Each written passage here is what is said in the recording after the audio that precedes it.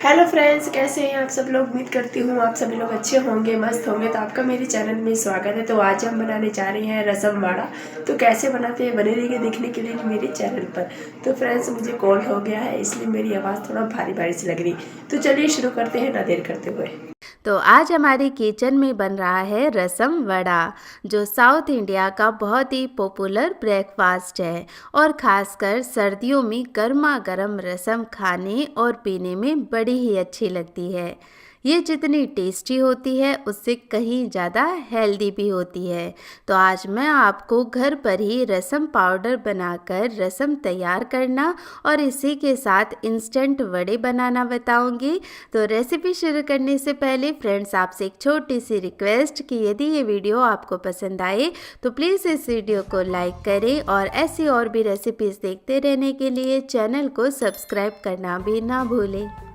इस रेसिपी में मैं आपको 3 चीज़ें बनाना बताऊंगी। तो हर स्टेप मैं इस तरीके से आपको बताऊंगी कि आप इजीली रेसिपी को फॉलो कर पाएँ और आपका समय भी बचे। रसम में जाती है इमली, तो एक बड़ा टुकड़ा इमली का गर्म पानी में भीगने के लिए छोड़ देंगे। अब हम रसम पाउडर के लिए खड़े मसालों और दालों को रोस्ट करके लेंगे। तो इसके लिए एक पैन के अंदर सबसे पहले डालेंगे चना दाल। तो ये 5 चम्मच चना दाल है।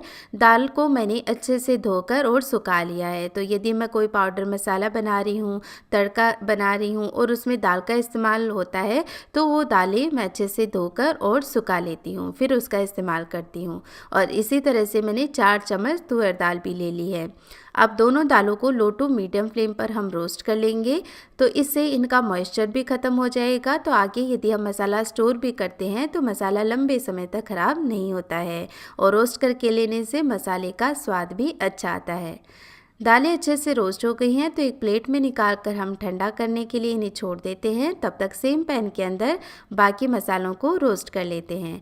तो 4 चम्मच लेंगे साबुत धनिया, 3 चम्मच लेंगे साबुत जीरा, 2 चम्मच मैंने साबुत काली मिर्च ली है, ये भी ऐड कर लेते हैं। और इसी के साथ इसमें 5 से 6 काश्मीरी साबुत लाल मिर्च का मैं इस्तेमाल कर रही हूँ, क्योंकि जो रसम होती है वो देखने में लाल होती है लेकिन ज़्यादा तीखी नहीं होती है। तो जो काश्मीरी लाल मिर्च हम इस्तेमाल करते हैं उससे रसम का कलर भी बहुत अच्छा आएगा और ये ज़्यादा तीखी भी नहीं बनेगी। तीखेपन के लिए हमने इसमें साबुत काली मिर्च का इस्तेमाल किया है।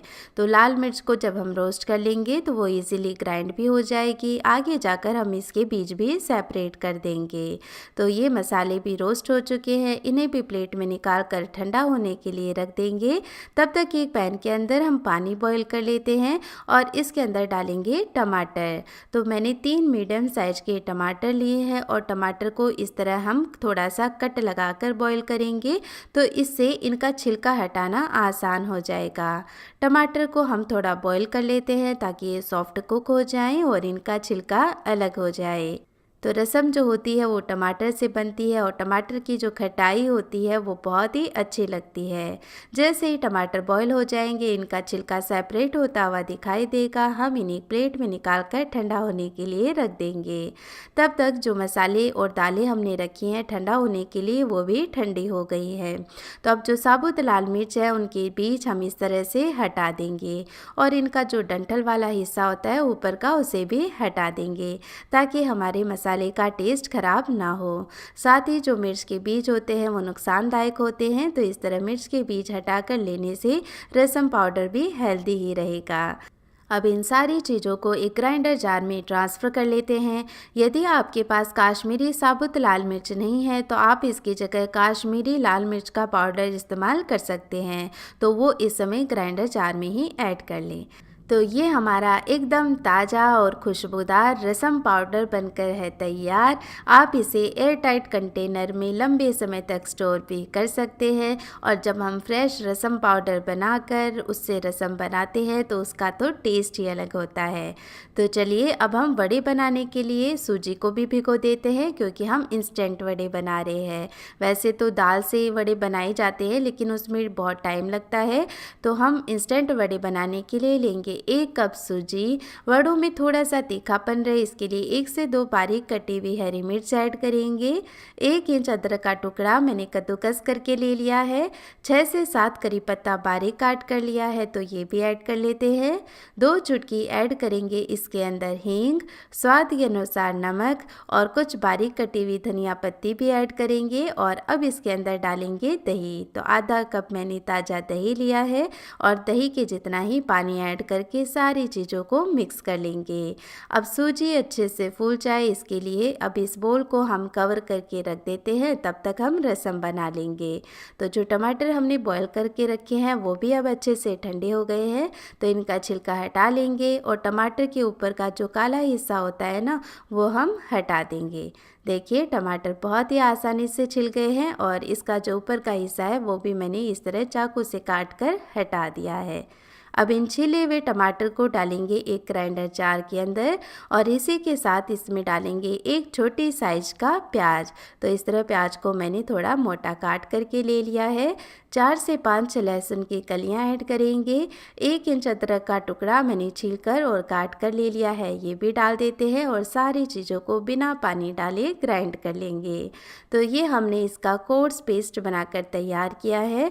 अब रसम पकाने के लिए एक कढ़ाई के अंदर तेल गरम कर लेते हैं। तो ज़्यादा तेल का इस्तेमाल हम नहीं करेंगे और आप चाहे तो तेल के बजाय घी का इस्तेमाल भी कर सकते हैं। अब जैसे ही तेल गर्म हो जाएगा इसके अंदर डालेंगे 1 छोटी चम्मच राई या सरसों, आधी छोटी चम्मच जीरा, 2 चुटकी हींग, 6 से 7 करी पत्ता और 2 से 3 साबुत लाल मिर्च डालकर तड़के को अच्छे से पका लेते हैं।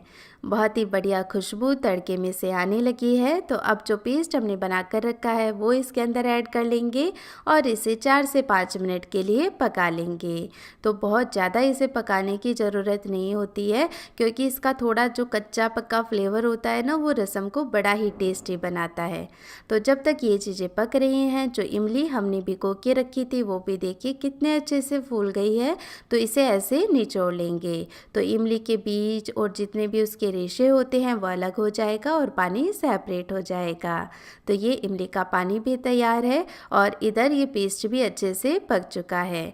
तो अब हम क्या करेंगे इसके अंदर डालेंगे हल्दी पाउडर। तो ये 1/4 छोटी चम्मच मैंने हल्दी पाउडर लिया है ताकि रसम का कलर अच्छा आए और साथ ही अब हम इसमें 2 चम्मच डालेंगे रसम पाउडर। अब 30 से 40 सेकंड के लिए इन सारी चीज़ों को हम अच्छे से पका लेते हैं।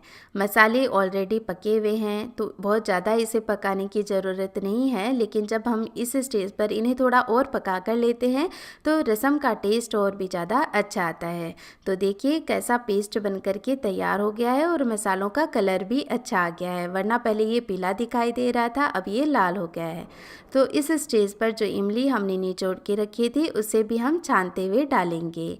इमली के पानी को अब इस पेस्ट के अंदर बढ़िया से मिक्स कर लेते हैं। तो इमली भी थोड़ी सी इस स्टेज पर पक जाएगी, बाकी ये आगे धीरे धीरे और पकती रहेगी।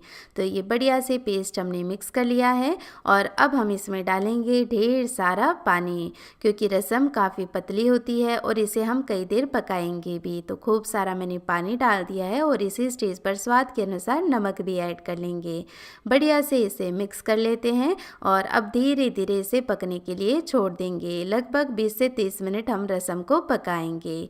जब रसम पकेगी तो इसके ऊपर इस तरह झाग आपको दिखाई देंगे। तो जब तक ये सारे झाग खत्म ना हो जाएं और रसम में एक बढ़िया ग्लेज ना आ जाए और कलर इसका एकदम लाल ना हो जाए तब तक इसे पका लें।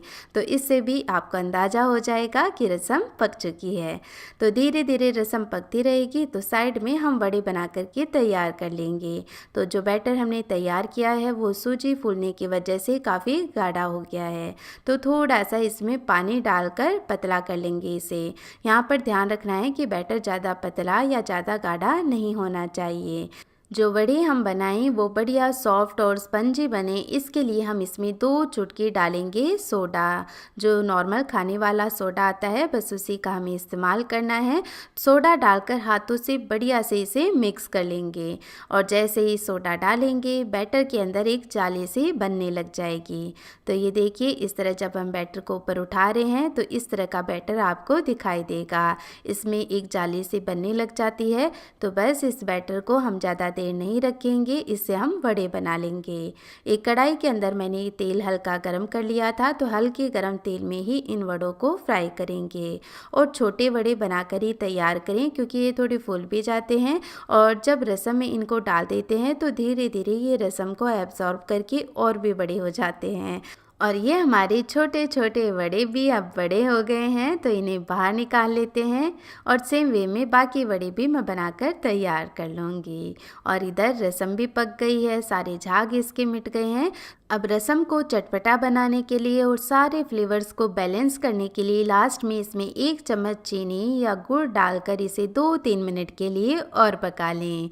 तो ये हमारी सुपर टेस्टी रसम और साथ ही ये बहुत ही टेस्टी वड़े बनकर तैयार हैं। ये वड़े तो इतने टेस्टी बनते हैं कि आधे तो मैं ऐसे ही खा गई बिना रसम के। तो आप भी ज़रूर से ये रसम वड़े बनाएं, आपको बहुत पसंद आएंगे। और जब भी आप ये रेसिपी ट्राई करें, प्लीज़ अपनी फीडबैक मेरे साथ ज़रूर शेयर करें। आपके जो भी सुझाव हैं कमेंट के ज़रिए मुझे ज़रूर बताएं। और ये देखिए कितने जालीदार वड़े बनकर के तैयार हुए हैं। तो इनमें जाली बनने से वड़े बहुत ही अच्छे से रसम को एब्जॉर्ब करके फूल जाएंगे। तो चलिए मैं मिलती हूँ फिर से आपको एक ऐसी नई इंटरेस्टिंग वीडियो के साथ।